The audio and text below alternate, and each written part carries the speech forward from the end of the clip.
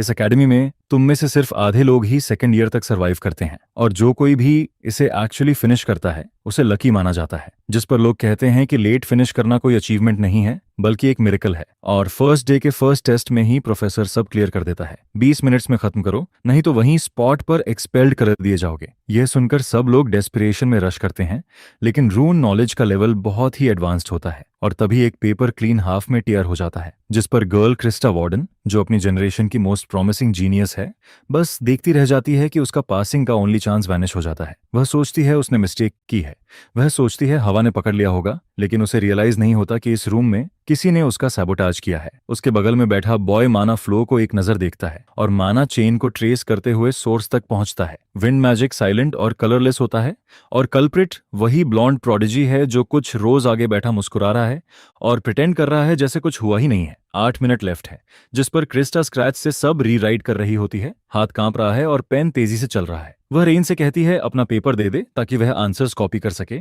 लेकिन वह पेपर खींच लेता है। वह कहता है जो मेथड वह यूज कर रही है उससे टाइम पर काम नहीं होगा, जिस पर वह पूछती है कि बिना ट्राई किए उसे कैसे पता है। रेन कहता है काम अभी भी हो सकता है, बस उस मेथड से बहुत ज्यादा टाइम लगेगा। इसके बाद वह खुद पेन पकड़ता है और लिखना शुरू कर देता है। इससे पहले कि वे खड़े भी हों, ब्लॉन्ड किड उनसे पहले पहुंच जाता है। ह्यूबर्ट, डिले का रनर अप जीनियस, रोहुइम एकेडमी का प्राइड, वही गाय जिसने इनविजिबल विंड मैजिक से उनका पेपर फाड़ दिया था और सोचा किसी ने नोटिस नहीं किया। वह अपने आंसर्स प्रोफेसर की डेस्क पर ऐसे स्लैम करता है जैसे ऑलरेडी जीत गया हो। प्रोफेसर एनालिसिस स्पेल कास्ट करता है, रून्स चेक करता है, रिस्पॉन्स टाइम चेक करता है और कहता है बुरा नहीं है लेकिन ग्रेड भी नहीं है। ऐसा प्रॉब्लम सिर्फ 2 मिनट्स लेना चाहिए, ग्रेड सी। ये सिन्वेड। यह सुनकर वह किड एक्सेप्ट नहीं करता। वह कहता है उसने फर्स्ट फिनिश किया, उसने परफेक्ट फॉर्मूला यूज किया।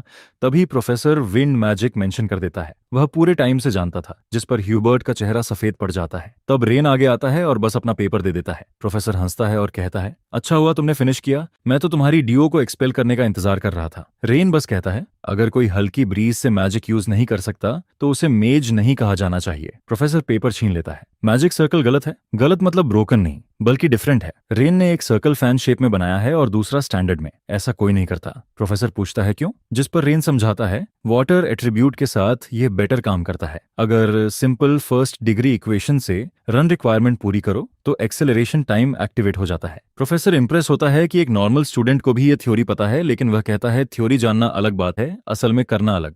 इसलिए वह रेन से प्रूव करने को कहता है। रेन कास्टिंग शुरू करता है। प्रोफेसर कहता है वह उसका ईगो टूटते देखना चाहता है। पेपर्स ग्लो होने लगते हैं, कुछ फ्लैश होता है जैसे माना स्टार का मास हो, और फिर बारिश होने लगती है। क्लासरूम के अंदर सब फ्रीज होकर देखते रह जाते हैं। प्रोफेसर धीरे धीरे क्लैप करता है। 13 साल की टीचिंग में उसने बहुत जीनियसेस देखे हैं, लेकिन ऐसा आंसर कभी नहीं। ग्रेडस। ब्रो रिएक्ट भी नहीं करता, बस ह्यूबर्ट के पास से गुजरते हुए कहता है नेक्स्ट टाइम मैं इसे इग्नोर नहीं करूंगा। तो डे 1 पर एक किड बिना क्रेडेंशियल्स के 8 ग्रेट स्कूल्स के टॉप प्रोडिजीज को कैसे ह्यूमिलाइट कर देता है। इसके बाद कहानी 300 साल पीछे रिवाइंड होती है, एम्पायर की टॉलेस्ट मैजिक टावर में। वहां एक बॉय होता है जिसे दुनिया की परवाह नहीं होती, लिन। हिस्ट्री का यंगेस्ट मेज जो 4 स्टार्स तक पहुंचा, स्लम्स का ऑर्फन जिसे बुक से भरे टावर में डाल दिया गया और वह कभी बाहर नहीं गया। उसका ओनली गोल 7 स्टार्स तक पहुंचना था, जहां कहा जाता है कि दुनिया की ट्रूथ दिखाई देती है। वह लॉक्ड इन फेज में ही रहता है। तभी एक सिल्वर हेयर्ड लड़की उसकी लाइब्रेरी में आ जाती है।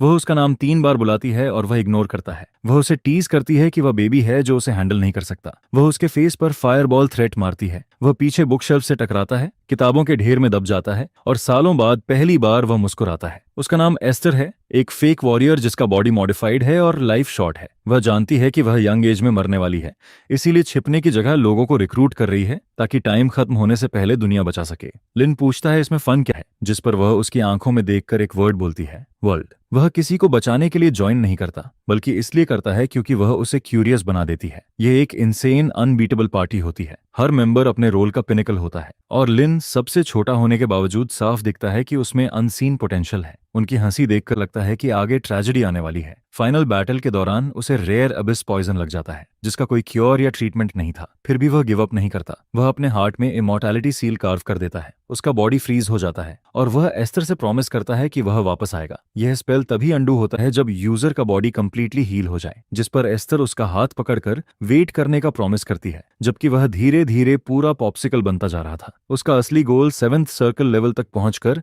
दुनिया की ट्रूथ जानना था। और अब 300 साल बाद रेन नाम का एक बॉय किसी और के बॉडी में वेकअप करता है, पब्लिक स्क्वायर में जाता है और 4 स्टैच्यूज देखता है उन लोगों की जिनके साथ वह डिनर किया करता था, जिन पर उनकी डेथ डेट्स स्टोन में काव होती है। तो नहीं, रेन कोई लकी नोबडी नहीं है जिसने टेस्ट में बस चांस मार दिया हो, वो रियल वाला है, वही जिसने वो फॉर्मूला बनाया था जिसे पूरी क्लास यूज कर रही है। सब उसे सेंट मैज मानते हैं, लेकिन ऑब्वियसली वह किसी को बता नहीं सकता। क्लास के बाद क्रिस्टा रेन को बुलाती है। जब वह पूछता है क्या चाहिए, वह थोड़ी एम्बेरेस्ड होती है और उसे अर्लियर के लिए थैंक्स बोलती है, जिस पर सीरियस फेस बनाकर वह कहता है फिर से बोलो, उसे सुनाई नहीं दिया। यह सुनकर वह रेड हो जाती है और कहती है बात को ऑकवर्ड मत बनाओ, और बोलती है वह उसका बदला चुकाएगी, इसलिए वह ओवर कॉन्फिडेंट न बने क्योंकि सबसे बढ़कर वे राइवल हैं। जिस पर वह रेन की तरफ फिंगर पॉइंट कर रही होती है। तभी कुछ लोग पास से गॉसिप करते हुए निकलते हैं कि प्रोफेसर ओवेन ने एस ग्रेड दिया है। वे पूछते हैं क्या ह्यूबर्ट को मिला, लेकिन कोई कहता है असल में क्रिस्टा को मिला, और वे कहते हैं यह तो सेंस बनाता है। वे ये भी मेंशन करते हैं कि पेयर टेस्ट में क्रिस्टा उसी फेमस एकेडमिक जीनियस के साथ टीम में थी। अगले दिन एकेडमी में रेन उसे उसका प्रॉमिस याद दिलाता है और पूछता है गर्ल्स डॉर्म किस फ्लोर पर है। वह कहती है उसके एंट्रेंस एग्जाम स्कोर के हिसाब से उसका रूम टॉप फ्लोर पर होगा, और उसे वार्न करती है इतना शो ऑफ मत किया करो, जिस पर वह रिप्लाई देता है शो ऑफ हो या ना हो, प्रॉमिस न निभाना शैलो दिखता है, ये तो उसी ने कहा था। शुरुआत में वह गुस्से से कहती है थोड़ा वेट करो। रेन डॉर्म में एंटर करता है। कुछ गाय उसके बारे में मटर करता है कि वह टॉप रैंक्ड स्टूडेंट है और एल्वर्थ फैमिली का एल्डेस्ट सन है। डोर के सामने खड़े होकर रेन सोचता है क्या सच में यही उसका रूम है। एमुलेट हाथ में लेकर वह डोर खोलता है और रियलाइज करता है यह प्राइवेट रूम है। डेस्क के पास जाकर वह कहता है यह जगह उसे मैजिक टावर के दिनों की याद दिलाती है। पास्ट लाइफ में भी वह ऐसे ही रूम में बंद रहता था, बस मैजिक पढ़ता रहता था। एक पल के लिए उसे एस्टर याद आती है। बेड पर लेटते हुए वह सोचता है फर्स्ट क्लास के अलावा करने को ज्यादा कुछ नहीं है। वह सोचता है वेटिकन में स्नीक करके अपने रिमेन्स ढूंढे, लेकिन इस आइडेंटिटी के साथ इन्फिल्ट्रेट करना टफ होगा। कुछ मैजिक सर्कल्स यूज करके वह स्पेल कास्ट करने की कोशिश करता है, लेकिन सरप्राइज में वह फेल हो जाता है। लगता है अभी भी वह 4 स्टार मैजिक के लिए रेडी नहीं है। तभी अचानक एक आउल उसकी विंडो पर लैंड करता है और वह चौंक जाता है। वह एक वुडन बॉक्स गिराता है। रेन नोटिस करता है सेंटर सील नहीं है और सोचता है क्या यह उसके फादर ने भेजा है। अंदर 2 बुक्स होती हैं, लेकिन वह फ्रीज हो जाता है जब पहचानता है कि उनमें से एक वही डायरी है जो उसने एस्तर को दी थी। 1 सेकंड सोचने के बाद शॉक उसके पूरे बॉडी में दौड़ जाता है। जिसने भी ये भेजा उसे पता है वह रियल में कौन है। फील्ड के मैजिक ट्रेनिंग सेंटर में क्रिस्टा टाइम ट्रेनिंग कर रही होती है। सेकंड स्टिक होते हैं और वह मॉन्स्टर्स से फियर्सली फाइट करती है। उसकी फ्रेंड टाइम काउंट करते हुए कहती है सिर्फ 15 सेकंड्स बचे हैं और पूछती है कुछ अच्छा हुआ क्या। क्रिस्टा कहती है कुछ डिफरेंट नहीं हुआ और पूछती है क्यों। फ्रेंड कहती है वह आजकल ज्यादा अपबीट लग रही है। 5 सेकंड बचे होते हैं। गर्ल पूछती है क्या यह रेन से मिलने की वजह से है। वह अलाउड वंडर करती है उनके बीच कुछ हुआ क्या, जिससे क्रिस्टा नर्वस हो जाती है। अनॉय होकर क्रिस्टा कहती है कुछ नहीं हुआ, वह बस इरिटेटेड है कि उसे रोज उसका फेस देखना पड़ता है, इसलिए ट्रेनिंग में स्टीम निकाल रही है। फ्रेंड थॉटफुल होकर कहती है वह एक्ट से किसी को फूल नहीं कर रही। उसे लगता है एग्जाम में रेन की हेल्प वाली रूमर सच हैं। उसे यह सरप्राइजिंग लगता है क्योंकि चाइल्डहुड का रेन ऐसा नहीं था। स्टूडेंट डॉर्म के मेन हॉल में वही ब्लॉन्ड गाय कॉरिडोर से चलता है। तभी एक आदमी उसे देखकर वेलकम करता है और सी ग्रेड लूजर बुलाता है।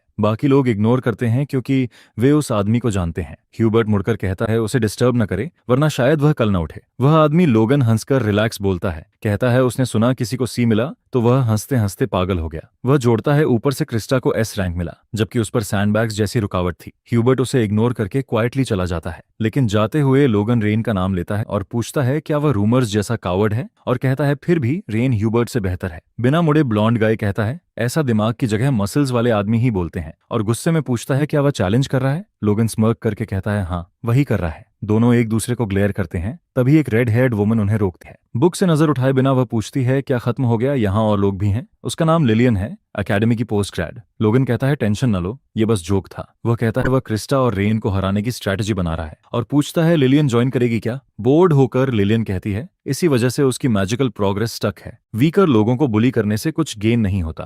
तभी ह्यूबर्ट बीच में बोलता है कि क्रिस्टा और रेन को वह खुद हैंडल करेगा। मुड़कर वह कहता है कोई केयरलेस इंटरफियर करेगा तो सबसे पहले वही गिरेगा। डोर बंद करने के बाद वह लोगन को इडियट कहता है। वह वॉल पर पंच मारता है और सोचता है रेन ने एक्चुअली किया क्या था। रेन 3 साल प्रोफेसर शोल्जे की सुपरविजन में काम करता रहा और उसने ये अर्न किया था, जिस पर ऐसा होना किसी ऐसे के लिए पॉसिबल नहीं होना चाहिए था जिसे एक भी रैंकिंग नहीं मिली थी। उधर मीनवाइल अपने रूम में रेन वह बुक पढ़ रहा होता है जो उसे भेजी गई थी। फर्स्ट पार्ट लिन की लाइफ के बारे में होता है। सेकंड पार्ट में उसके मैजिक और फाइटिंग स्टाइल्स लिखे होते हैं जिन्हें वह यूज करता था। रेन को कुछ समझ नहीं आता। इवन अगर किसी को पता भी है कि वह रियल में कौन है, फिर भी उसे समझ नहीं आता कि उन्होंने कांटेक्ट क्यों नहीं किया। वह देखता है ऑलरेडी 11 PM हो चुका है, इसलिए सोचता है लाइट्स ऑफ कर दे, इससे पहले हाउस मास्टर आ जाए। जैसे ही वह स्विच दबाने वाला होता है, वह बुक की तरफ ग्लांस करता है और उसे वह किड याद आता है जो उसे फॉलो कर रहा था। अचानक बुक के अंदर से अरूडियन बाहर जंप कर जाता है। रेन शॉक हो जाता है। ये रूडी मैजिक है ओल्ड एज स्कूल का। एक पल के लिए वह सोचता है शायद ये वही है जो उसने पास्ट लाइफ में बनाया था, लेकिन फिर नोटिस करता है ये कम से कम ट्वाइस साइज है। फिर भी 300 साल तक सरवाइव करना इंप्रेसिव लगता है। वह सोचता है ये किसकी मैजिक पावर है और किस लिए है। एक मोमेंट के लिए रेन अपने पुराने कंपेनियंस को याद करता है और रूडियन उसके हाथ पर लैंड होकर बताता है उसके यूनिक मैजिक रिसर्च की प्रोग्रेस 37% है। तब से उसके सामने एक हग विंडो ओपन हो जाती है। रेन स्टन्ड रह जाता है क्योंकि यह उसका पुराना रिसर्च है, वही जो सेज लेवल तक पहुंचने के लिए था। वहां 12 ओरिजिनल रूम्स दिखते हैं जिन्हें उसने 300 साल पहले बैटल में टेस्ट किया था। उसने अस्यूम किया था सब फेल हो गए, लेकिन अपेरेंटली वे 37% पर हैं। फिर वह सोचता है 4 स्टार स्पेल के लिए यह पॉसिबल नहीं होना चाहिए और वंडर करता है रूडियम 6 स्टार प्रोग्रेस कैसे ट्रैक कर रहा है। वह ग्रिन करता है और इसे जाने देता है। सोचता है अगर यह रियल है तो उसका रास्ता गलत नहीं था और अगर वह आगे बढ़ता रहा तो शायद आखिरकार ट्रूथ तक पहुंच जाए। होप की यह सडन फीलिंग उसे पूरी तरह भुला देती है कि बुक किसने भेजी थी। रोप पहनकर वह डिसाइड करता है रिसर्च शुरू करने का टाइम है, लेकिन डॉम से बाहर कदम रखते ही हैवी रेन मिलती है। नॉर्थ के उल्टा जहां बारिश में ठंड होती है, साउथ रीजन माउंटेन रेंज की वजह से रेन में भी वार्म रहता है। खुद से हमिंग करते हुए रेन बारिश में चलता है। एक जगह पहुंचकर वह सोचता है क्या कोई ऐसी जगह है जहां वह फ्रीली मैजिक प्रैक्टिस कर सके। तभी ग्रीनिश हेयर वाली वुमन कहती है इसके लिए बैटलफील्ड परफेक्ट है और वह गाइड करने को बोलती है। डॉम सुपरवाइजर के हिसाब से बैटलफील्ड पावरफुल मैजिक ट्रेनिंग की जगह है जहां बहुत स्पेस है, हाई लेवल प्रोटेक्टिव और रेस्टोरेशन मैजिक से घिरा हुआ है, इसलिए बिना वरी रेकलेस स्पेल्स कास्ट कर सकते हो। वह कहती है एंटर करने के लिए बस स्टूडेंट रिंग से टच करना है। जैसे ही वह करता है फायरवॉल आसानी से ओपन हो जाती है। सिस्टम उसे वेलकम करता है और कहता है 30 एम्प्टी रूम्स अवेलेबल हैं। गुड बाय बोलकर सुपरवाइजर उसे फ्रीली यूज करने को कहती है। रेन कहता है वह रूम 15 लेगा। रिक्वेस्ट अप्रूव हो जाती है और ब्लिंक में वह एम्प्टी रूम में पहुंच जाता है। रेन ड्यूरेबल टारगेट मांगता है और फ्लोर से एक मॉन्स्टर राइज होता है। वह नोटिस करता है ये 2 स्टार मॉन्स्टर है और कहता है इतना बुरा नहीं है। बुक खोलकर वह यू रून से शुरू करता है, लेकिन ट्रायंगल शेप बनाते ही वह अजीब तरह से कोलैप्स हो जाता है। लगता है 1 स्टार मैजिक काम नहीं करता, इसलिए वह हैंड क्लोज करता है। जब हैंड खोलता है इस बार 3 ट्रायंगुलर रून्स से स्पेल कास्ट करता है। जैसे एल्केमी कर रहा हो, वह फिस्ट पाम पर मारता है और स्मॉल एक्सप्लोजन बनती है। मॉन्स्टर को कोई डैमेज नहीं होता, जिससे वह फ्रस्ट्रेट हो जाता है। दूर से देख रहा ह्यूबर्ट सोचता है यह कैसा ट्रैश मैजिक था। वह गेस करता है यह 1 स्टार मैजिक है, लेकिन किड सही से यूज भी नहीं कर पा रहा। फ्लेम मैजिक नॉर्मली लाउड होता है, लेकिन यह इतना क्वाइट है कि बिगिनर स्टेज जैसा लगता है।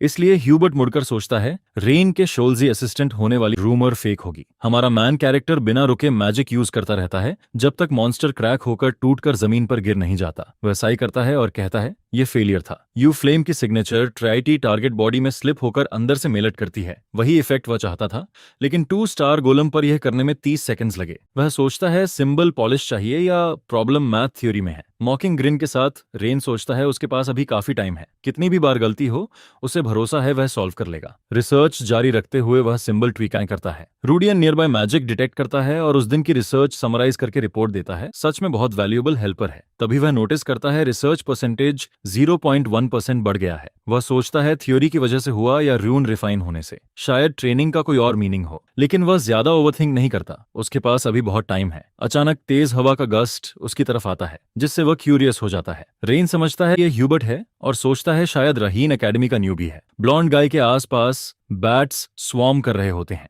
एक उस पर लंच करता है, लेकिन एक पंच में मॉन्स्टर पीसेस में टूट जाता है। तेजी से मूव करते हुए वह लगातार अटैक करता है और बाकी मॉन्स्टर्स भी वैसे ही खत्म हो जाते हैं। यह देखकर रेन इंप्रेस होता है। सोचता है ह्यूबर्ट बुरा नहीं, ध्यान रखने लायक है। लेकिन फिर वह उसकी मूवमेंट्स में कुछ वियर्ड नोटिस करता है। सीन एकेडमी में शिफ्ट होता है, जहां प्रोफेसर स्पेल कास्ट करने का प्रोसेस समझाता है। यह 3 स्टेप्स में डिवाइड होता है। सबसे पहले सर्कल सेट करना, दूसरा रून्स इंग्रेव करना और आखिर में मैथमेटिकल कैलकुलेशन करना। इन तीनों में से ज्यादातर मेजर्स 3rd स्टेप में स्ट्रगल करते हैं, क्योंकि कैलकुलेशन में किसी भी स्टेज पर मिस्टेक हुई तो डिजास्टर हो सकता है। इसलिए उन्हें चारकोल बनने या उड़ जाने से बचाने के लिए आर्चमेज लिन ने एक मैथमेटिकल फॉर्मूला बनाया था, जिसे लिन्स डिस्क्रिमिनेंट कहा जाता है। वह कहता है वह एग्जाम्पल देगा और उन्हें लिन्स डिस्क्रिमिनेंट यूज करके सॉल्व करना होगा। उन्हें टफ लग सकता है, इसलिए टीचर 10 मिनट्स देता है और कहता है फॉर्मूला आसान बनाया गया है, इसलिए कोई इडियट फेल नहीं होना चाहिए। टाइमर स्टार्ट करते ही इंस्ट्रक्टर सबको बिगिन करने को बोलता है। रेन अपने पेपर को देखता है और सोचता है ये फॉर्मूला किसने फैलाया, क्योंकि उसकी क्लास में किसी को उसका फॉर्मूला पता नहीं होना चाहिए। और वैसे भी वे लोग लोग मुश्किल से ऐड या सब्ट्रैक्ट कर पाते हैं, इसलिए वे सिखा नहीं सकते थे।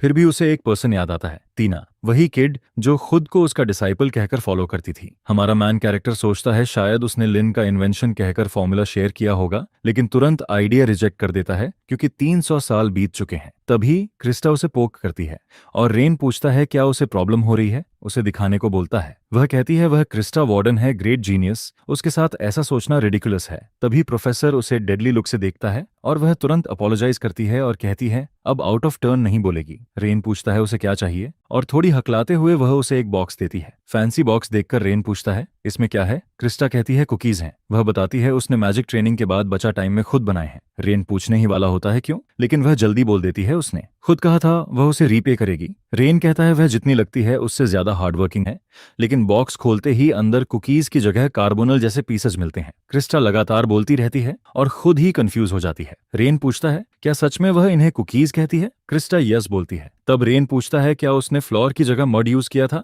जिससे वह गुस्सा हो जाती है। तभी प्रोफेसर कुछ उसकी तरफ फेंकता है और वह चुप हो जाती है। उधर एक स्टूडेंट कहता है लिन सच में जीनियस था जो ऐसा फॉर्मूला बना गया। स्टूडेंट्स की सारी प्रेज सुनकर लिन यानी रेन को ऐसा फील होता है जैसे वह फूलों के खेत में खड़ा हो। वे कहते हैं वह मेज शायद एंजल या सेंट का रीइंकार्नेशन है। एम्बैरेस्ड होकर रेन मन में उनसे रुकने की रिक्वेस्ट करता है। क्रिस्टा नोटिस करती है रेन का फेस अचानक रेड हो गया है। वह सोचती है कुछ कुकीज से वह शाय हो गया। वह सोचती है वह हमेशा सब जानने जैसा बिहेव करता है, लेकिन अंदर से उसका यह साइड भी है। टीचर पास आकर कहता है जो स्टूडेंट क्लास में आता भी नहीं उसने खुद को अच्छा डिफेंड किया और पूछता है स्पेशल लेसन में इंटरेस्ट है क्या। तभी बेल बजती है और टीचर आंसर्स सबमिट करने को कहता है। बोर्ड पर अवेलेबल क्लब्स देखते हुए क्रिस्टा पूछती है रेन कौन सा क्लब ज्वाइन करेगा। वह कहती है वह मैजिक वॉलीबॉल क्लब ज्वाइन करेगी क्योंकि मैजिक ब्लड लाइन डिसेंडेंट्स को डिग्निटी बनाए रखने के लिए मैजिक वॉलीबॉल खेलना चाहिए। हमारा प्रोटैगनिस्ट पूछता है वह सीरियस है और वह कहती है अभी हाल तक उसे भी नहीं पता था। रेन पूछता है वॉलीबॉल और डिग्निटी का क्या रिलेशन है, और जैसे ही वह जवाब देने वाली होती है वह उसे बीच में रोककर किसी आइटम के बारे में पूछता है जिससे वह नाराज हो जाती है। वह बेसिकली उसे इग्नोर करके कहता है वह दूसरे क्लब्स चेक करेगा और आगे बढ़ जाता है। डिलाइटन एकेडमी में कई क्लब्स होते हैं जो एक्सचेंज और कंपटीशन के लिए बने हैं। उनमें combat magic club, fire attribute specialised club और festive decorative category magic club भी होते हैं। क्लब सेम गोल्स और मोटिवेशंस वाले स्टूडेंट्स से बनते हैं और सुपरवाइजिंग टीचर अप्रूव करे तो उन्हें एक्टिविटीज के लिए फंडिंग भी मिलती है। इससे हर कोई अपने रिसर्च पर फोकस कर पाता है। रेन कई इंटरेस्टिंग जगहें देखना चाहता है, लेकिन क्रिस्टा पीछे पीछे घूमती रहती है, इसलिए वह कॉन्सेंट्रेट नहीं कर पाता। वह लगातार चिल्लाकर उसे मैजिक वॉलीबॉल क्लब ज्वाइन करने को कन्विंस करती है और पूछती है क्या उसके डैड ने नहीं बताया कि मैजिक ब्लड लाइन वालों को ज्वाइन करना चाहिए। रेन कहता है मान लो सच भी है तो भी प्रॉब्लम नहीं। क्रिस्टा पूछती है क्यों। रेन बताता है उसका डैड उसके डिसीजन में इंटरफियर नहीं करेगा। क्रिस्टा की फ्रेंड कहती है ये पॉसिबल नहीं, वॉलीबॉल क्लब लेजिट क्लब है और उसे ब्लड लाइन ऑनर के लिए ज्वाइन करना चाहिए। रेन कहता है मैंडेटरी नहीं है और मैजिक स्कल्पचर क्लब उसे ज्यादा इंटरेस्टिंग लगा। साथ ही लोकल मैजिक डेवलपमेंट क्लब भी है। सोचते हुए उसे पास्ट याद आता है जब लोग बस सर्वाइव करने के लिए लड़ते थे, लेकिन दुनिया धीरे धीरे पीसफुल हो गई और लोग अपनी पसंद का काम करने लगे। एस्थर उसे कहती थी जब वह बड़ा होगा दुनिया प्रॉस्परस बनेगी, इसलिए वह चाहती थी लिन उनकी लाइव्स प्रोटेक्ट कर सके। रेन थॉट में खो जाता है। तभी गर्ट्रूड उसे बुलाती है और पूछती है वह सुन भी रहा है या नहीं। अचानक रेन बिना कुछ बोले चलने लगता है। वे पूछते हैं कहाँ जा रहा है। वह कहता है वह लोकल मैजिक डेवलपमेंट क्लब देखने जा रहा है। यह सुनकर गर्ट्रूड कंफ्यूज्ड हो जाती है और सोचती है क्या रेन नहीं जानता मैजिक वॉलीबॉल हाई क्लास मेज सोशल गैदरिंग का एसेंशियल हिस्सा है। एक साई लेते हुए वह कहती है लगता है लुइक फैमिली की ग्लोरी जो 100 साल से पेज फैमिली से compete कर रही थी, लॉर्ड रेन पर आकर खत्म होने वाली है। फिर उसे कुछ रियलाइज होता है अगर पेज फैमिली की एल्डेस्ट डॉटर एक इंसिडेंट के बाद गायब हो गई और अब एलवुड फैमिली भी गिर गई तो ये ऑलमोस्ट ग्लोइंग हॉस्टिलिटी के साथ वह कहती है अगर ऐसा हुआ तो क्रिस्टा के लीड में नया ईरा शुरू होने का परफेक्ट टाइम होगा। लेकिन जैसे ही वह पीछे मुड़कर गर्ल को ढूंढती है, गर्ट्रूड नोटिस करती है वह वहां है ही नहीं। डिसबिलीफ में वह सोचती है कहीं क्रिस्टा रेन के पीछे तो नहीं चली गई, और सच में जैसा गर्ट्रूड ने सोचा था क्रिस्टा रेन को फॉलो कर रही होती है। एक्सक्यूज देती है कि वह लोकल मैजिक डेवलपमेंट क्लब के बारे में क्यूरियस है। वे लोग वहां पहुंचते हैं और जैसे ही रेन डोर खोलने वाला होता है अंदर से आर्ग्यूमेंट की आवाज आती है। एक गाय कहता है वो प्रपोज्ड कंडीशंस एक्सेप्ट नहीं कर सकता, दूसरा क्लब रूल्स के हिसाब से स्ट्रॉन्ग सब कुछ ले लेते हैं कहकर जस्टिफाई करता है। एरोगेंट वाला लोगन है अपने यूजुअल लेड बैक एक्सप्रेशन के साथ और वह दूसरे किड से रूम हैंड ओवर करने को कहता है। यह देखकर रेन पूछता है वह कौन है। क्रिस्टा पूछती है उसे कैसे नहीं पता और बताती है वह लोगन है, चिहाक एकेडमी का जूनियर।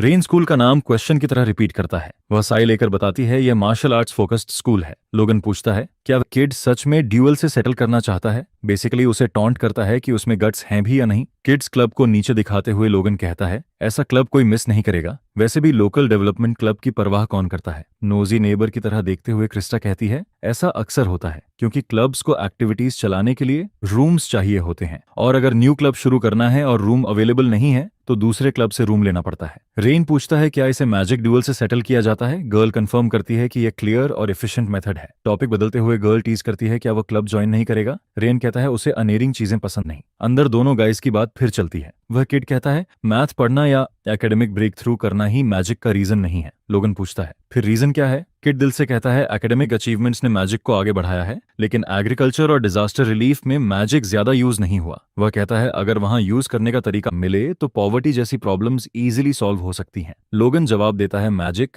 अकेले से ये सॉल्व नहीं हो सकता। नर्ड उसकी तरफ पॉइंट करके कहता है यह क्लब अपर क्लासमैन ने इसी पर्पस के लिए बनाया था और सफरिंग लोगों के बारे में सोचकर वह क्लब नहीं दे सकता। यह सुनकर लोगन जोर से हंसता है और पूछता है वह सीरियस है क्या। अगर पॉसिबल होता तो आर्च मेजर्स पहले ही कर चुके होते। शर्ट पकड़कर लोगन पूछता है जो फ्रेशमैन से क्लब नहीं बचा सकता वह क्या करेगा। स्मग लाफ के साथ वह पूछता है उन सो कॉल्ड अपर क्लासमैन को कभी रिजल्ट मिला भी है क्या। किड स्टंड रह जाता है और कुछ नहीं बोल पाता। लोगन आगे बोलता है क्या वह प्रोफेटिक रिसर्च पर सच में बिलीव करता है। वह कहता है अगर वह उससे फेस भी नहीं कर सकता तो उसे फर्क नहीं पड़ता और यह अनोइंग है। वह पूछता है किसी अननोन की हेल्प करने की बजाय सामने खड़े इंसान की मदद क्यों नहीं करता। शर्ट पकड़े हुए किड कहता है वह ऐसा नहीं कर सकता। लोगन कहता है डर से उसकी आंखें खुली भी नहीं रह रही। पूछता है वह जाग रहा है भी या नहीं, और कहता है अब बस उसकी आंखें खोलने में हेल्प करनी पड़ेगी। वह उसे जमीन पर पटकने वाला होता है, तभी रेन इलेक्ट्रिक स्पेल से उसे रोक देता है और उसकी पकड़ छूट जाती है। और बिल्ड करते हुए हमारा मैन कैरेक्टर पूछता है लोगन उस किड को परेशान करने की बजाय उससे मैजिक ड्यूअल करना चाहेगा क्या। लोगन रेन को देखता है और पूछता है वह कौन है। रेन कहता है वह क्लब का नया मेंबर है। लंबे स्टडी सेशन के बाद प्रोग्रेस रेट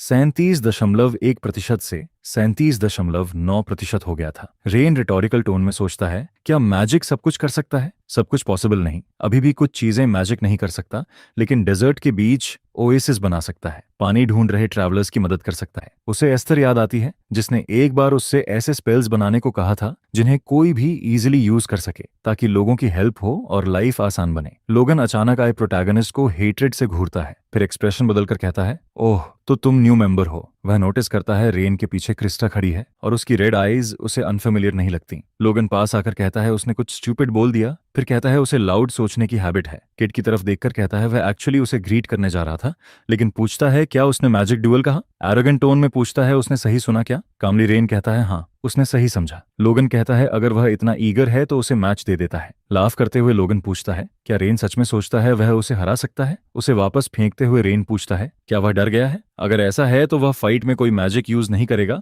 और अगर इतना भी काफी नहीं तो वह सिर्फ उस क्लब के डेवलप्ड 3 स्पेल्स ही यूज करेगा। यह सुनकर लोगन कंफ्यूज हो जाता है और पूछता है क्या वह सीरियस है। कॉन्फिडेंट होकर रेन कहता है लोगन बेसिकली बोल रहा है कि वह किसी भी हालत में नहीं हारेगा। यह सुनकर लोगन कहता है यह फेलियर नहीं स्टूपिडिटी है। वह अपना हाथ मुंह पर रखकर कहता है फिर गलत बोल गया। फिर पूछता है क्या रेन को पता है न्यू मेंबर अप्रूव होने में 3 दिन लगते हैं, इसलिए यह पर्सनल चैलेंज जैसा है। लोगन कुछ प्लान कर रहा है समझकर रेन कहता है पॉइंट पर आओ। क्लब लीडर की तरफ मुड़कर लोगन कहता है अगर रेन जीता तो वह रूम छोड़ देगा और कोई उन्हें डिस्टर्ब करेगा तो खुद बाहर निकालेगा, लेकिन अगर लोगन जीता तो वह किड स्कूल छोड़ने का फॉर्म सबमिट करेगा। लोगन हंसते हुए कहता है पता नहीं क्यों उससे मिलते ही उसे एक इम्पॉसिबल बैरियर जैसा फील होता है जिसे पार नहीं कर सकता। तब बाहर सुन रही क्रिस्टा डोर खोलती है और कहती है ये डील फेयर नहीं है। पहले से इरिटेट लोगन कहता है बीच में मत बोलो। रेन भी उससे अग्री करते हुए क्रिस्टा से कहता है इन्वॉल्व मत हो। वह पूछती है उसे समझ भी है क्या हो रहा है। लोगन को घूरते हुए रेन कहता है समझने की जरूरत नहीं, वह जीतने वाला है। रेन कहता है लोगन डेट और टाइम चूज कर सकता है, वह कभी भी रेडी है। लोगन हंसते हुए कहता है वह टीचर को जज बनाएगा और डिले नहीं करेगा। ड्यूअल आज ही शाम 6 बजे ड्रैगन ब्लड अरीना में होगा। डोर के पास स्टंड खड़ी क्रिस्टा के पास से गुजरते हुए लोगन कहता है वह इंतजार करेगा। स्कूल में चलते हुए लोगन कहता है इस बार उसने बड़ा शिकार पकड़ा है और प्रिंसिपल व एल्डर्स खुश होंगे। उसे लगता है आज का दिन अमेजिंग होगा। क्रिस्टा रेन को बुलाकर पूछती है क्या उसने अपनी पोजीशन भूलकर खुद को मैजिक ड्यूअल में डाल दिया। बुक खोलते हुए रेन कैजुअली कहता है वह यूनिवर्सिटी फ्रेशमैन है। सीरियस होकर वह कहती है मजाक बंद करो। रेन उसे इग्नोर करता है और कुछ और बुक्स उठा लेता है। यह देखकर वह मुड़कर कहती है वह जो चाहे करे, वह बेवकूफ है जो उसकी चिंता कर रही थी। उसे जाते देख रेन सोचता है क्रिस्टा इतनी गुस्से में क्यों है। क्लब लीडर खड़े होकर कहता है यह समझ नहीं आता रेन ने ऐसा क्यों किया। मैजिकल ब्लड लाइन वाले लोग ड्यूअल में नहीं पड़ते। तभी रेन नोटिस करता है लीडर के पास ड्रैगन रेन ओपन विंग्स वाला बैज है जो सेकंड ईयर के लिए अजीब है। ये छोड़कर रेन पूछता है वह ऐसा क्यों कह रहा है। लीडर बताता है लूज ज्यादा है गेन कम, और वह ग्रेटफुल से ज्यादा कंफ्यूज्ड है कि रेन ने हेल्प क्यों की। रेन कहता है उसने हेल्प के लिए नहीं, एक प्रॉमिस के कारण किया। गाय कंफ्यूज दिखता है लेकिन थैंकफुल रहता है। फिर भी कहता है रेन लोगन को अंडर एस्टिमेट कर रहा है। रेन पूछता है लोगन इतना इंप्रेसिव है क्या। गाइड बताता है लोगन मेज किंग जैसा है, नॉर्मल मेजेस पर एडवांटेज है और लॉन्ग रेंज मैजिक में स्पेशलाइज है। ऊपर से उसने कई ड्यूल्स लड़े हैं और उसका विन रेट 90% से ऊपर है। बैठकर नर्ड कहता है रेन ने खुद को रेकलेस सिचुएशन में डाल लिया सिर्फ बिना सोचे बोलने से। वह कहता है शायद उसने लोगन से आर्ग्यू करके ओवर कर दिया क्योंकि क्लब इतना बड़ा भी नहीं था। अपने ग्लासेस साफ करते हुए वह कहता है वह कंट्री साइड में पैदा हुआ, विलेजर्स ने सेविंग्स जोड़कर उसकी ट्यूशन भरी, इसलिए वह विलेज को बेटर बनाना चाहता था और इसी कारण क्लब ज्वाइन करके मैजिक रिसर्च शुरू किया। लेकिन चीजें प्लान के मुताबिक नहीं हुई और एंजाइटी बढ़ती गई। वह पर्सनल रीजन से चिपका रहा और आखिर में कुछ नहीं मिला। वह पूछता है यह पैथेटिक नहीं लगता, शायद भगवान चाहता है वह छोड़ दे। नर्वस हंसी के साथ लीडर खड़ा होकर कहता है ड्यूअल में सिर्फ वही लड़ेगा। रेन उसे रोकता है और सीरियस होकर पूछता है इसमें पैथेटिक क्या है। शेल्फ से बुक निकालकर रेन कहता है ड्यूअल उसने एक्सेप्ट किया है और कुछ मैजिक बुक्स बोरो कर सकता है क्या। रूम से निकलते हुए वह कहता है जल्द वापस करेगा। गाय उसे रोकने की कोशिश करता है। तभी रेन पूछता है क्या वह जानता है आर्चमेज लिन ने मैजिक क्यों सीखा। लीडर कंफ्यूज्ड होकर पूछता है क्यों। रेन कहता है सरवाइव करने के लिए। वह कहता है हर कोई पर्सनल रीजन से मैजिक सीखता है। यूनिवर्सिटी हॉलवे में रेन को देखकर सब विस्पर करते हैं। उसे रियलाइज होता है रूमर फैल चुका है और बात उम्मीद से बड़ी बन रही है। तब कोई उसे बुलाता है कि आखिर मिल गया। मुड़कर रेन देखता है एलन है। वह पसीने से भरी और एग्जॉस्टेड लगती है और पूछती है वह ठीक है क्या। बिना हॉस्टिलिटी वह उसे ग्रीट करता है। अगले ही पल वह उस पर झपटती है और आर्म होल्ड में पकड़ लेती है। वह कहती है उसकी वजह से वह सो नहीं पा रही। वह ड्यूएल के बारे में जानती है और पूछती है क्या रूमर गलत है। रेन मान लेता है रूमर सही है। यह सुनकर वह पागलों की तरह हंसने लगती है। वो कहती है कि उसका एडोरेबल नेफ्यू पूरा सीन क्रिएट कर देता है और उसे एक ड्रिंक चाहिए है, जिस पर रेन चिल्लाता है कि अगर वो उसे ऐसे ही स्क्वीज करती रही तो उसका हेड एक्सप्लोड हो जाएगा। यह सुनकर वो उसे छोड़ देती है और कहती है कि लोगन से हिट होना इससे कहीं ज्यादा हर्ट करता है और वो ओवर ड्रामेटिक बन रहा है। फिर वो साइज ही करती है, जिस पर हमेशा की तरह स्लो रेन पूछता है कि क्या वो उसके लिए वरीड थी। यह सुनकर वो तुरंत पलटकर चिल्लाती है, पूछती है क्या वो किसी पैथेटिक ऑन्टन जैसी दिखती है जो उसके जैसे लड़के की टेंशन लेती फिरती है, और उसे रॉन्ग आइडिया न लेने को बोलते हुए उसके फोरहेड पर कई बार फ्लिक करती है। वो कहती है कि लोगन की प्रॉपर बीटिंग खाने के बाद ही उसे समझ आएगा। इसके बाद एलन मुड़कर जाने लगती है, जिस पर रेन सॉरी बोलता है और कहता है कि उसे नहीं पता था ये ऐसा काम है जो उसे नहीं करना चाहिए था। फिर भी वो प्रॉमिस करता है कि वो फैमिली को शेम नहीं करेगा, जिस पर उसकी आंट कहती है कि ये पहले ही फैमिली ऑनर का मैटर बन चुका है और जो उसने किया उसके बाद वर्स्ट केस में उसे एकेडमी से किक आउट भी किया जा सकता है, लेकिन वो फाइन है क्योंकि असल में उसे उन लोगों पर ज्यादा गुस्सा है जो उस पर यूजलेस समझकर हंस रहे थे। फिर वो प्राउड लुक के साथ पलटती है और कहती है कि क्योंकि रेन ने ये शुरू किया है तो सही टाइम आने पर वो उस लड़के को स्टॉम्प करे, क्योंकि एलवुड फैमिली का नाम उसके शोल्डर्स पर है, इसलिए उसे ऐसा करना है कि कोई सोच भी न सके कि वो उसके लेवल तक पहुंच सकता है। अरीना में दोनों एक दूसरे को स्टेयर करते हैं, जिस पर रेन अपनी आंट की बातें याद करता है और सोचता है कि ये तो शुरू से ही उसका प्लान था। उधर स्कूल में सब फाइट देखने दौड़ते हैं। आखिर एक यूजलेस नोबल और चेन हैक ब्रूट आमने सामने आ रहे हैं। एक मेल टीचर ड्यूअल को देख रहा होता है और फीमेल टीचर पूछती है कि वो किसे सपोर्ट कर रहा है, उसके फैक्शन का लोगन या उसका स्टूडेंट रेन, जिस पर टीचर कहता है कि स्टेटस, ब्लड लाइन या एजुकेशन उसके लिए मैटर नहीं करते हैं, वो बस उसी को सपोर्ट करेगा जो स्ट्रॉन्गर है। यह सुनकर वो जेन्युइनली हंस पड़ती है और कहती है उसे उससे यही उम्मीद थी। ड्यूअल का रेफरी खुद को थियोन इंट्रोड्यूस करता है, क्योंकि ये मैजिक ड्यूअल ऑफिशियली स्कूल द्वारा सैंक्शनड है, इसलिए एकेडमी रूल्स के अनुसार लूजर को विनर की कंडीशंस माननी होंगी। ये कहकर वो दोनों को आगे आने को बोलता है। पूरे स्वैगर के साथ लोगन अपनी केप फेंकता है और आगे बढ़ता है। रेन उसे प्योर डिस्डेन से देखता है। लोग कमेंट करते हैं कि लोगन क्लियरली प्रिपेयर्ड है, लेकिन एक वॉश्ड अप नोबल के लिए ये ओवरकिल लग रहा है। उधर क्रिस्टा फाइट देख रही होती है, तभी गर्ट्रूड उसे ढूंढ लेती है।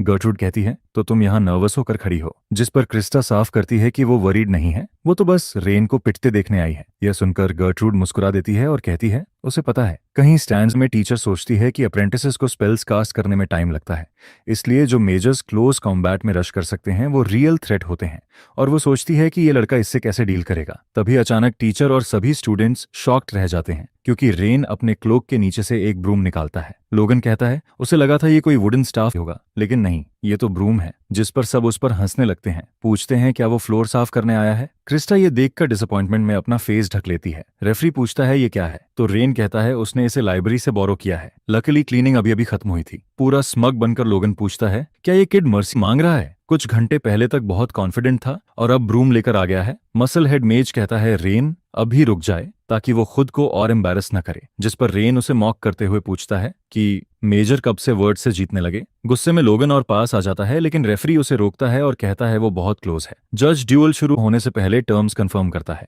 अगर लोगन हारता है तो ग्रेजुएशन तक लोकल डेवलपमेंट क्लब में गार्ड बनकर काम करेगा। अगर रेन हारता है तो उसे डिलेयन छोड़ना होगा। जज पूछता है क्या दोनों एग्री करते हैं, क्योंकि रूलिंग के बाद कोई ऑब्जेक्शन नहीं चलेगा। एक ही समय दोनों एग्री कर देते हैं। स्पेल एक्टिवेट करते हुए थियॉन कहता है कि अब दोनों पीछे हटें क्योंकि ड्यूअल 10 सेकंड्स में शुरू होगा। स्पेल काउंटडाउन शुरू कर देता है और सब अपकमिंग फाइट देखने पास आ जाते हैं। एलन की असिस्टेंट पूछती है कि क्या उसे देखने नहीं जाना चाहिए, बाकी काम वो खुद हैंडल कर लेगी, लेकिन एलन कहती है वो नहीं जा रही है। यह सुनकर लड़की कहती है एलन अजीब तरह से काम लग रही है। जिस पर अनॉयड होकर एलन पूछती है क्या वो कह रही है कि वो काम नहीं रह सकती। नर्वस होकर असिस्टेंट कहती है उसका वो मतलब नहीं था। विंडो से बाहर देखते हुए एलन मुस्कुराती है और सोचती है शायद रेन किसी सेज का वेसल है। फिर वो कहती है देखने की जरूरत नहीं क्योंकि आउटकम पहले ही डिसाइड हो चुका है। आखिर टाइमर 0 पर पहुंचता है और जज शुरू करने का ऑर्डर देता है और पूरी तरह जर्क बनते हुए लोगन अपनी बैंडेजेस फाड़ देता है जो अभी भी उसे कवर कर रही थी और रेन से कहता है अच्छे से देख ले क्योंकि स्कूल छोड़ने के बाद उसे दोबारा देखने का चांस नहीं मिलेगा। चे हैक स्कूल की सीक्रेट टेक्निक एक्टिवेट करते ही उसका बॉडी स्ट्रेंथन होता है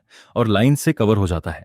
उसके चेस्ट के लेफ्ट साइड पर एक रून दिखाई देता है। ह्यूबर्ट उसे देखते हुए एडमायर करता है कि उसने कितनी फास्ट एक्टिवेट किया, क्योंकि एक छोटी सी मिस्टेक भी बोन्स तोड़ सकती है या ऑर्गन्स रप्चर कर सकती है। टीचर सोचता है हैरानी नहीं कि ये लड़का स्कूल के टॉप टैलेंट्स में माना जाता है। ब्रूम पकड़कर रेन काम खड़ा रहता है और फोरहेड पर वेन्स उभरते हुए लोगन डिक्लेयर करता है कि वो 10 सेकंड्स में इसे खत्म कर देगा। हमारा प्रोटैगनिस्ट साई करता है और वो लड़का उसकी तरफ चार्ज करता है। सबकी आंखें वाइड हो जाती हैं, लेकिन रेन हिलता भी नहीं है। हिट करने से ठीक पहले लोगन कहता है कि भले ही किड मूव कर ले, रिजल्ट नहीं बदलेगा क्योंकि स्ट्रेंथनिंग स्पेल बॉडी की सरफेस पर डिफेंस के लिए मैजिक बैरियर बनाता है और इम्पैक्ट पॉइंट पर एक्सप्लोड होकर डैमेज देता है। रोकने का अब कोई तरीका नहीं है। अब बस एक ही चीज बची है, इस किड को क्रश करना है। लेकिन जैसे ही लोगन अपना ब्लो लैंड करने वाला होता है, उसी पल रेंज ब्रूम की स्पिन से उसका आर्म पीछे नॉक हो जाता है। लोगन पैनिक हो जाता है और सोचने का टाइम भी नहीं मिलता क्योंकि अगले ही सेकंड उसे किड की तरफ से एक और स्पिनिंग स्ट्राइक हिट कर देती है। वो ब्लो लोगन को हवा में उड़ा देता है, जिस पर सब लोग स्टंट रह जाते हैं। प्रोफेसर सोचता है कि क्या ये ओरियर स्कूल की स्टॉफ टेक्निक थी। 300 साल पहले इसी टेक्निक ने ओसिरियस को 8 मेजर स्कूल्स में जगह दिलाई थी। ये टेक्निक ग्रेट मेज लिन ने क्रिएट की थी। उस टाइम पर भी मेजर्स को क्लोज कॉम्बैट में फाइट करना आना जरूरी था और रूमर्स ये भी कहते हैं कि उस मेज ने ये टेक्निक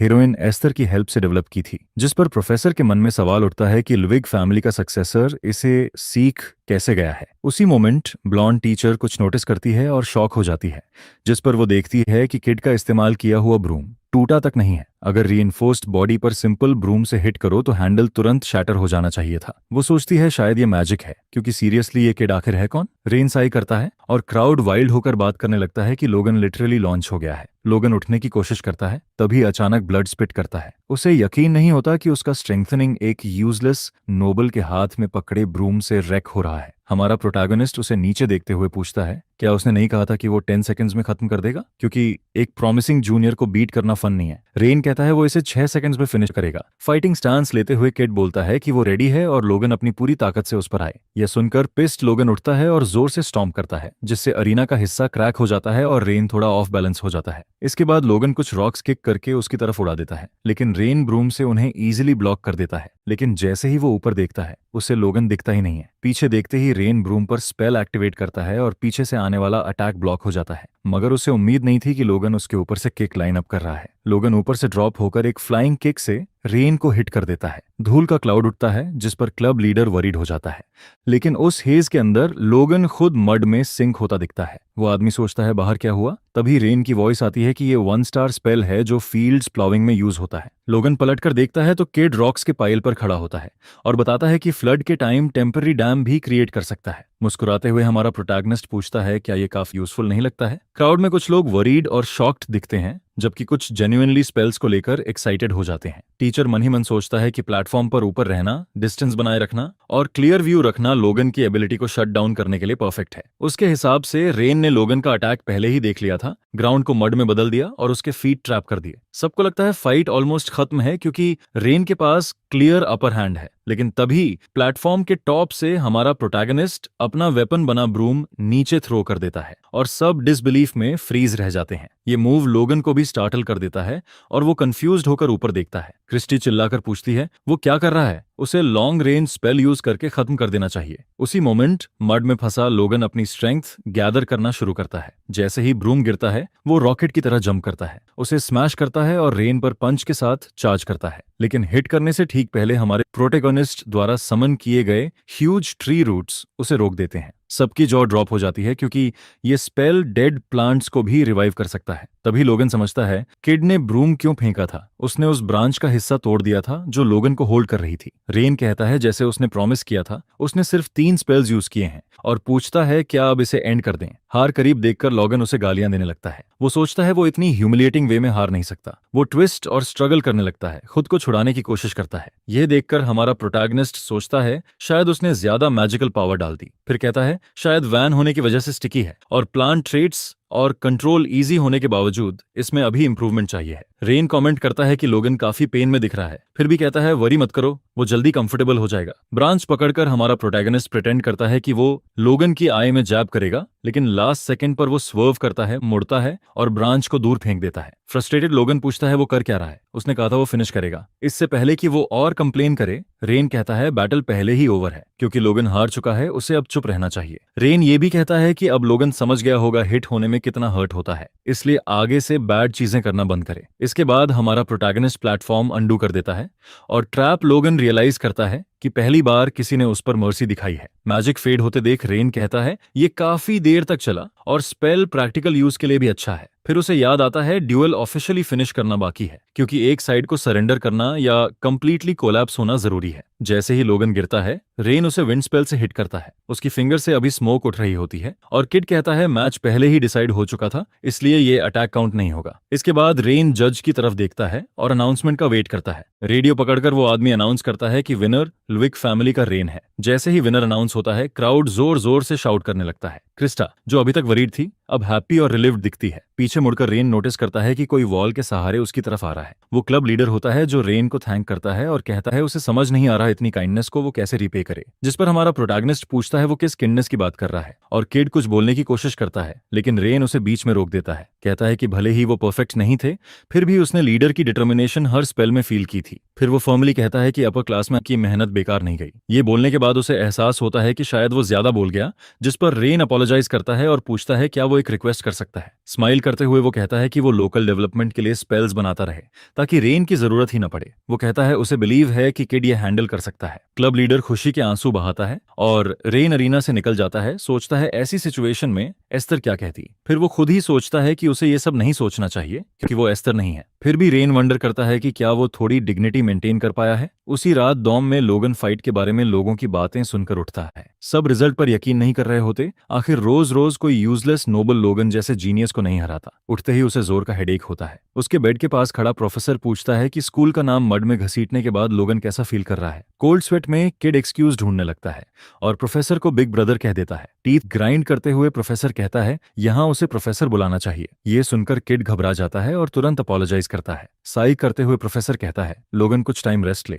डरते हुए किड कहता है अगर उसने ऐसा किया तो एल्डर्स उसके भाई को पनिश करेंगे। मुड़ते हुए प्रोफेसर कहता है लोगन को जीनियस होने का प्रिटेंड करना बंद करना चाहिए। पूछता है क्या उसे सच में लगता है कि लोग एलीट जैसा ट्रीट करते हैं इसलिए वो स्पेशल है। हेड नीचे करके शेकी वॉइस में किड कहता है नहीं। फिर प्रोफेसर पूछता है लोगन शोल्जी लुविक के बारे में क्या जानता है। वो बताता है रिवेंडेल स्टूडेंट्स कहते हैं रेन 3 साल तक शोल्सी का असिस्टेंट रहा है, जिस पर किड स्पीचलेस रह जाता है। प्रोफेसर आगे कहता है कि अगर हार्टलेस स्केली ने उसे 3 साल अपने पास रखा तो रेन की स्किल्स रियल हैं। गुस्से में लोगन मानने से इनकार करता है कि किसी फैमिली का एल्डेस्ट सन ऐसा हो सकता है और भाई की सारी बातें इग्नोर करके कहता है वो इसे एक्सेप्ट नहीं करेगा। वो स्वेयर करता है अगली फाइट में उस किड को हराएगा। ये सुनकर प्रोफेसर पूछता है क्या वो बेवकूफ है। कहता है पिटने के बाद भी उसकी स्टबर्ननेस नहीं बदली। वो पूछता है लोगन उस लड़के में ऐसा क्या देखता है कि उसे डिस्ग्रेस बोलता है, जबकि बीटन भी लोगन हुआ और आखिर में स्पैड भी वही हुआ। फिर भी अगर लोगन यही कंक्लूजन निकालता है तो उसका भाई कहता है वो जो चाहे करे। रूम से निकलते हुए प्रोफेसर उसे बेट फॉलो करने की याद दिलाता है। अब अकेला लोगन खुद को कन्विंस करता है कि वो भाई से डराया नहीं था और उसने रिस्पेक्ट में आर्ग्यू नहीं किया। थोड़ा रिवाइंड करते हैं मैजिक ड्यूल से 15 मिनट्स पहले। रेन डेल्टन की सेंट्रल लाइब्रेरी में होता है जो एम्पायर की सबसे बड़ी लाइब्रेरी है। उसे अजीब लगता है कि लिन की बायोग्राफी और डायरीज उसे दे दी गईं। वो सेक्रेटरी से पूछता है ऐसे बुक्स और कहाँ मिलेंगे, जिस पर अगले ही मोमेंट वो उसे 2 किताबें पकड़ा देती है, एक आर्चर काइस की लाइफ और अचीवमेंट्स पर और दूसरी फायर ड्रैगन प्रीस्टेस फ्रीडी पर। बुक्स देखते ही उसे प्रीस्टेस के साथ किया गया बेट याद आता है। स्मग स्माइल के साथ उसने कहा था देखते हैं किसकी बायोग्राफी ज्यादा थिक होगी। लिन उसे अजीब नजर से देखता है और पूछता है उसे किसी अननोन रैंकिंग की परवाह क्यों होगी। मेज उसे टीज करती है, पूछती है क्या वो डर गया क्योंकि बेट लेजेंडरी प्रीस्टेस फ्रीड से है। किड की तरह वो ट्रैप में आ जाता है और एक्सेप्ट कर लेता है, कहता है रिजल्ट तो ऑब्वियस है। उधर एस्तर अपनी सोर्ड की टिप पर स्टोन बैलेंस करके ट्रेनिंग कर रही होती है। मुड़कर कहती है वो लिन पर बेट लगाएगी। फ्रे पूछती है वो हमेशा उसी पर बेट क्यों लगाती है, जिस पर एस्टर कहती है ये ऑब्वियस चॉइस है। लिन उसके पास आता है और पूछता है रियल रीजन क्या है, और वो स्माइल करके कहती है बहुत रीजंस हैं। सस्पिशियस होकर वो पूछता है वो क्वेश्चन अवॉइड क्यों कर रही है, जिस पर वो आखिर बताती है। वो कहती है उसकी ब्लड लाइन की वजह से उसकी लाइफ बहुत शॉर्ट है, वो ज्यादा नहीं जी पाएगी। काइस ग्रुप में सबसे बड़ा है इसलिए शायद अगला नंबर उसका होगा, और फ्री भी ज्यादा अलग नहीं है, लेकिन लिन यंग है इसलिए उनमें सबसे ज्यादा वही जिएगा, इसलिए उसकी बायोग्राफी सबसे थिक बनेगी। वो कहती है फ्यूचर कोई नहीं जानता, लेकिन उसे उम्मीद है एक दिन वो लिन की बायोग्राफी देखेंगे। बुक हाथ में लिए बॉय सोचता है कितनी आयरनी है, क्योंकि सबसे पहले मरने वाला वही था। अपने मन में वो प्रीस्टेस को जीत की बधाई देता है। अपने कंपेनियंस की बायोग्राफी साथ रखकर हमारा प्रोटैगनिस्ट नोटिस करता है कि केस की सबसे थिक है। आर्चर की बुक पढ़कर रे सरप्राइज होता है। उसने आर्चरी स्कूल खोला, डिसिप्लिन ट्रेन किए, शादी की और डेसेंडेंट्स भी हुए। स्माइल करते हुए बॉय सोचता है उसके फ्रेंड्स ने हैप्पी लाइफ जी है। फिर वो फायर ड्रैगन प्रीस्टेस फ्रे की बायोग्राफी चेक करने जाता है और कुछ वियर्ड नोटिस करने लगता है। 1168 साल के बाद का कोई रिकॉर्ड नहीं था। उसमें लिखा था कि वो प्रीस्टेस बनकर रिपब्लिक को लंबे टाइम तक लीड करती है, लेकिन उसके बाद वो कहाँ गई किसी को पता नहीं है। वो फिर 1200 साल में ही दोबारा दिखती है, जब विच एसोसिएशन ऑफिशियली उसे डेड डिक्लेयर करती है, जिस पर रेन को अजीब लगता है, क्योंकि जो पर्सन हमेशा सेंटर ऑफ अटेंशन रहना पसंद करती थी उसका ऐसे क्वाइटली मर जाना फिट नहीं बैठता है। फिर भी वो सोचता है शायद हो सकता है, लोग चेंज होते हैं। वो बुक स्नैप करके बंद कर देता है और डिसाइड करता है ऐसा नहीं हो सकता। वो फ्रे को सबसे ज्यादा जानता था, उसके लिए ऐसा एंडिंग इम्पॉसिबल है, मतलब कुछ जरूर हुआ है। अचानक उसके दिमाग में एक आइडिया आता है। वो सोचता है शायद वो किसी और की एक्शंस की वजह से डिसअपियर हुई। एक शामन जिसने दुनिया बचाई वो सीक्रेटली गायब हो जाए और किसी को पता भी ना चले। ये सोचकर वो स्ट्रेस्ड हो जाता है, कुछ पेजेस क्रश करता है और सोचता है रिपब्लिक की बुक्स ढूंढना बेहतर रहेगा। उसी टाइम एक गर्ल बोलती है अगर वो एस्तर के ग्रुप के बारे में कुछ ढूंढ रहा है तो उसे ये बुक पढ़नी चाहिए, और वो उसे एक बायोग्राफी पकड़ा देती है। रेन खुश होकर उसे थैंक्स बोलता है, सोचता है ये एस्तर की बायोग्राफी होगी, लेकिन जैसे ही वो बुक लेता है उसे पता चलता है ये ऐश शेल्मन टेरेना की बायोग्राफी है जो उसकी डिसाइपल थी। ये देखकर वो थॉट्स में खो जाता है, जिस पर बुक देने वाली गर्ल पूछती है क्या हुआ। वो कहता है कुछ नहीं और रिकमेंडेशन के लिए थैंक्स करता है। बायोग्राफी फ्लिप करते हुए रेन सोचता है वो मिस्चीवस गर्ल कब शामन बन गई। स्पिरिट कमांड करने वाला शामन विचेस के हाईएस्ट रैंक में होता है, हर कोई नहीं बन सकता। वो सोचने लगता है शायद वही फ्रीड की सक्सेसर बनी हो। कुछ देर पढ़ने के बाद वो सोचता है कोई इतना लंबा कैसे जी सकता है, बिलीव करे या नहीं समझ नहीं आता। फ्रीड के बारे में जो सीखा उससे रेन को लगता है उसे रिपब्लिक की किताब ढूंढनी पड़ेगी। तब ड्यूल स्टार्ट होने का सिग्नल सुनाई देता है। वो अभी डिसाइड कर रहा होता है जाए या नहीं, लेकिन क्योंकि उसने पहले ही बड़ी बड़ी बातें कर दी थी इसलिए जाने का सोचता है। खड़े होकर वो गर्ल से पूछता है क्या वो बुक थोड़ी देर होल्ड कर सकती है। वो कहती है अगर किसी ने रिक्वेस्ट कर दी तो वो नहीं रख पाएगी, देना पड़ेगा। जिस पर रेन कहता है वो 15 मिनट्स में वापस आ जाएगा। लोगन के साथ मैजिक ड्यूल खत्म करने के बाद रेन लाइब्रेरी वापस भागता है और लाइब्रेरियन को एंग्शियस देखता है, जैसे वो कुछ ढूंढ रही हो। रेन को देखकर वो पूछती है क्या उसने अर्लियर बुक ली थी, जिसे वो डिनाई करता है। रेन पूछता है क्या बुक गायब हो गई। कैरन कंफर्म करती है और कहती है जब वो काम खत्म करके लौटी तब तक बुक ऑलरेडी मिसिंग थी। रेन पूछता है क्या किसी और ने ले ली, लेकिन लाइब्रेरियन कहती है नहीं, अनरजिस्टर्ड बुक हटती तो अलार्म बज जाता। रेन समझ नहीं पाता इतने कम टाइम में ऐसा कैसे हुआ। कैरन को इतना वरीड देखकर उसे नहीं लगता वो झूठ बोल रही है। कैरन अपोलोजाइज करती है क्योंकि उसने प्रॉमिस किया था बुक सेफ रखेगी। रेन कहता है कोई बात नहीं, वो नई खरीद लेंगे और ऑर्डर ऐसे प्लेस कर दे जैसे उसने खो दी। वो मना करने की कोशिश करती है, लेकिन रेन के इंसिस्ट करने पर मान जाती है। वो कहती है उसे हैरानी है उसके जैसा भी कोई एग्जिस्ट करता है और उसे थैंक्स बोलती है। अपने रूम में रेन सीलिंग को देखते हुए सोचता है आजकल लोग उसे काफी थैंक्स बोल रहे हैं, भले ही ये टाइम टाइम वेस्ट लगता है फिर भी उसे बुरा फील नहीं होता है। वो सोचता है शायद बॉडी चेंज होने से या पीसफुल लाइफ जीने से ऐसा है। किसी भी हालत में उसे इन इंसिडेंट्स का पता लगाना होगा क्योंकि बहुत वियर्ड पॉइंट्स हैं। जैसे वो डायरी जो उसने एस्थर को दी थी समहाउ वापस उसके पास आ गई, और ऊपर से जैसे ही उसने कंपेनियंस के पास्ट में डिग करना शुरू किया टीना की क्रॉनिकल डिसअपियर हो गई। वो सोचता है क्या ये उसी का काम है, फिर खुद ही कहता है इम्पॉसिबल है क्योंकि वो ऑलरेडी गुजर चुकी है और जब वो लिन था तब के सारे लोग भी मर चुके हैं। ये न जानना कि पीछे कौन है उसे मेंटली डिस्टर्ब कर रहा है। बुक फिर उठाते हुए वो नोटिस करता है कि उसका प्रोग्रेस स्ट्रेंजली बढ़ गया है। रे सोचता है क्यों, क्योंकि उसने उस दिन सिर्फ मैजिक से किसी को बीट किया था। तभी उसे समझ आता है कि वो दूसरों पर मैजिक यूज करके प्रोग्रेस बढ़ा सकता है, मतलब ट्रुथ का डोर वायलेंस से खुलेगा। लेकिन उसकी एक्साइटमेंट कम हो जाती है और वो सोचता है कुछ सही नहीं लग रहा। मैन कैरेक्टर सोचता है पावर दुनिया पर रूल कर सकती है, लेकिन सिर्फ ब्रूट फोर्स से सब नहीं होता। फिर भी जब उसने नॉन लिविंग टारगेट पर मैजिक यूज किया तो सिर्फ 0.1% बढ़ा, लेकिन लोगन पर यूज करने से 0.8% बढ़ गया। ये सोचकर वो डिसाइड करता है इसे टेस्ट करना जरूरी है। प्रॉब्लम ये है स्कूल के अंदर लिविंग पीपल पर मैजिक यूज करना बड़ा इश्यू बनेगा, इसलिए वो सोचता है शायद एडवेंचरर बनना सही रहेगा। रेन कहता है वैसे भी बुक्स खरीदने के लिए पैसे चाहिए होंगे तो ये हेल्प करेगा। अगले दिन हमारा प्रोटैगनिस्ट चैट गर्ल्स से घिरा होता है जो उसका अटेंशन चाहती हैं। हमेशा की तरह ग्रम्पी रेन कहता है उसे उनके करीब आने में इंटरेस्ट नहीं है और पूछता है वो कहीं और जा सकती हैं, लेकिन वो मजाक समझकर हंसने लगती हैं। दो लड़के कमेंट करते हैं रेन लड़कियों में काफी पॉपुलर हो रहा है और सुबह सुबह फ्लर्ट करना क्लासी है। ये सुनकर वो और इरिटेट हो जाता है। तभी क्रिस्टा आती है, सब गर्ल्स का अटेंशन खींच लेती है और उन्हें साइड होने को बोलती है और जैसे मैजिक से सब हट जाती हैं और वो फाइनली बैठ पाती है। रेन के ईयर में धीरे से विस्पर करते हुए गर्ट्रूड बोलती है मे बी इसका रियल निकनेम लेडी किलर होना चाहिए, जिस पर वो एक मिस्चीवस ग्रिन देता है और फिर चलते चलते वहां से निकल जाती है। फिर रेन क्रिस्टा से बात करने की कोशिश करता है जिस पर वो थोड़ी मैड लगती है और उसे कहती है कि उससे बात मत करे। रेन पूछता है क्यों, जिस पर वो दोबारा वही रिपीट करती है क्या उसने उसे डिस्टर्ब करना बंद करने को नहीं कहा था। फिक्स करने की कोशिश छोड़ते हुए वह कहता है कि अब वह उसे बॉदर नहीं करेगा। अपने माइंड में वह सोचता है कि शायद ये मैजिक ड्यूअल की वजह से है, जिस पर क्रिस्टा अपनी बुक बंद करती है और कहती है कि वो एग्जैक्टली गुस्सा नहीं है क्योंकि ऑनेस्टली उसे देखना काफी सेटिस्फाइंग था। लेकिन जो चीज उसे रियली अनॉय करती है वो ये है कि रेन ने अपनी पावर छुपाई और वीक एक्ट किया जबकि वो एक्चुअली स्ट्रांग है, और अगर कोई स्ट्रांग है तो उसे प्राइड के साथ चलना चाहिए क्योंकि उसने लोगन को हराया और उसे भी बीट किया था। इसके अलावा उसके किए की वजह से अब वो उसे स्टेप ऑन कर सकती है बिना लोगों के ये कहे कि वो वीक को बुली कर रही है। रेन की तरफ पॉइंट करते हुए वो कहती है कि रेडी हो जाओ और डिक्लेयर करती है कि नेक्स्ट टाइम वो उसे क्रश करेगी जब तक वो डस्ट ना बन जाए। उसी मोमेंट क्लासरूम के सब लोग नोटिस करते हैं कि क्रिस क्या कर रही है और विस्पर करने लगते हैं कि टॉप स्टूडेंट और रेन के बीच शोडाउन चल रहा है। दोनों एक दूसरे को स्टेयर करते रहते हैं, जिस पर हमारा प्रोटैगनिस्ट पूछता है कि क्या वो सच में खड़ी ही रहेगी, क्योंकि अगर ऐसा करती रही तो टीचर की क्लास में उसके पॉइंट्स कटेंगे। वो अग्री करती है, बैठ जाती है और हेड्स अप के लिए उसे थैंक्स करती है। रूम में सब लोग नोटिस करते हैं कि क्रिस्टा कितनी पोलाइट है। मीनवाइल गर्ट्रूड सोचती है कि अगर क्रिस्टा ने पूरी रात अपनी डिक्लेरेशन ऑफ वॉर प्रैक्टिस की है तो कम से कम उसे प्रॉपर्ली करना चाहिए था। उस वीकेंड सेंट्रल लाइब्रेरी में लाइब्रेरियन केरेन कहती है कि रेन प्रॉब्लम बन गया है, जिसे सुनकर वह थोड़ा कंफ्यूज्ड होता है और सोचता है क्या हुआ है। फिर वो कहती है कि टोरीना से रिलेटेड सारी बुक्स आउट ऑफ स्टॉक हैं। जब वो पूछता है क्यों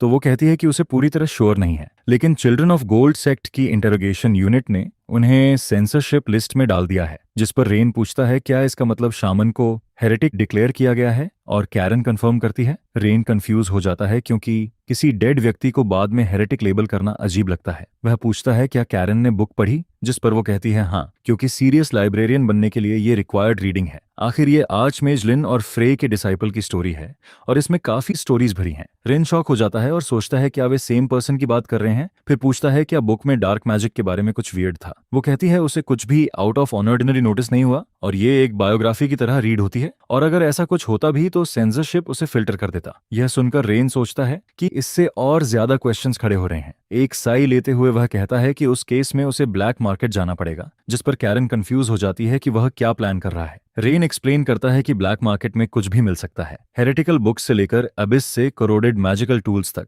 इसलिए टीना के बारे में बुक्स मिलना आसान होना चाहिए। कैरन कहती है कि उसे प्राइस की चिंता है क्योंकि सेंसर्ड आइटम जैसी रेयर चीज बहुत कॉस्टली होती है। रेन सोचता है कि अगर इशू यही है तो फैमिली से हेरेटिकल बुक के लिए पैसा लेना रिस्की होगा। लाइब्रेरियन कहती है कि ऐसी बुक एवरेज 3 गोल्ड कॉइन्स की आती है, जो वो अपनी सैलरी में कभी अफोर्ड नहीं कर सकती। तब रेन रियलाइज करता है कि सबसे पहले उसे खुद पैसे अरेंज करने होंगे। वह सोचने लगता है कि क्या स्ट्रीट पर स्पेल्स बेचे या मैजिक इंस्ट्रक्टर बने, लेकिन दोनों ऑप्शंस टाइम के हिसाब से बहुत कम पे करते हैं। ऐसे मोमेंट्स में रेन सोचता है कि ओनली वे आउट एक हाई रिस्क प्लान है जिसका पे ऑफ बड़ा हो, और उसी समय उसे लगता है कि सबसे बड़ा गैम्बल अपनी लाइफ रिस्क करके मनी कमाना है। एग्जिट की तरफ जल्दी से मुड़ते हुए रेन उसे थैंक्स करता है और कहता है कि वो बहुत हेल्प रही है, जिस पर कैरन क्यूरियस होकर पूछती है कि वो कहाँ जा रहा है। रेन कहता है कि वो कुछ ट्राई करना चाहता है। वह एडमिट करता है कि वह एडवेंचरर बनने का प्लान कर रहा है ताकि इस सिचुएशन में रहते हुए कुछ मनी कमा सके। उसकी चिंता करते हुए कैरन कहती है कि किसी वेल नोन फैमिली के लॉर्ड के लिए ये डिसग्रेसफुल होगा,